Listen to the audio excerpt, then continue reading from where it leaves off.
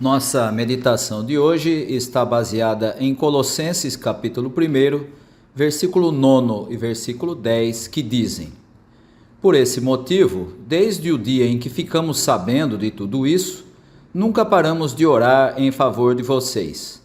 Pedimos a Deus que encha vocês com o conhecimento da sua vontade e com toda a sabedoria e compreensão que o Espírito de Deus dá.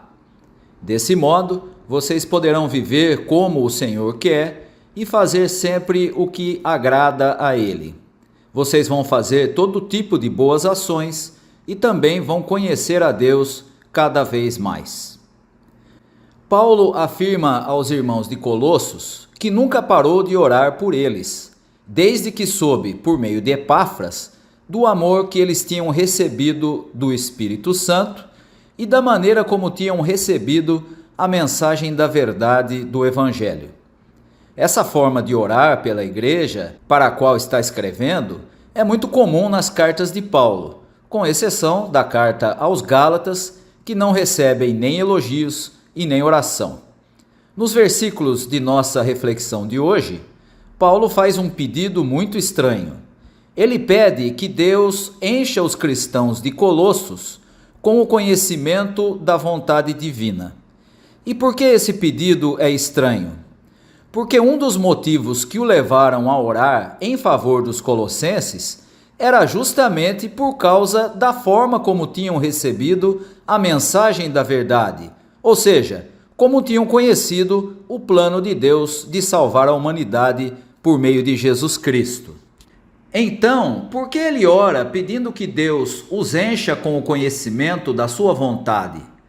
Seu pedido fica mais fácil de compreender quando percebemos que ele adiciona a este conhecimento a sabedoria e a compreensão que vem do Espírito Santo.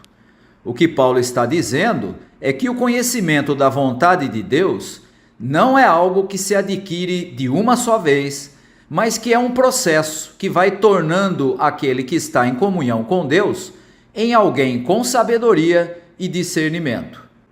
Esse processo vai fazendo com que o cristão viva como Deus quer que ele viva, fazendo as coisas que agradam a Deus, como diz o verso 10 de nosso texto. E, ao afirmar isso, continua dizendo que eles farão coisas boas, que é uma forma diferente de dizer que eles devem praticar as boas obras que Deus de antemão preparou para que eles andassem nela, como o próprio Paulo diz em Efésios 2:10. E essa ideia de Paulo progride agora para a consequência desse processo.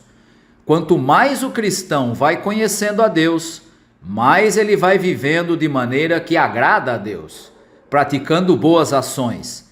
E quanto mais ele vai praticando boas ações, como fruto do conhecimento que adquiriu de Deus, mais ele vai crescendo no conhecimento de Deus.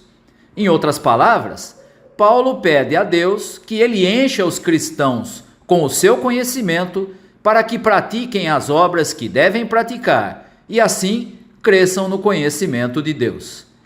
Que maravilhosa é a graça de Deus que se revela, nos capacita a agradá-lo e nesse processo ainda nos faz crescer nessa comunhão. E deixo para pensar as seguintes perguntas. Como tem sido em sua vida esse processo de andar em comunhão com Deus, fazendo o que o agrada? Pensando em suas experiências no último ano, como avaliaria seu crescimento no conhecimento de Deus? Se Paulo escrevesse uma carta para você, o que ele diria de seu progresso?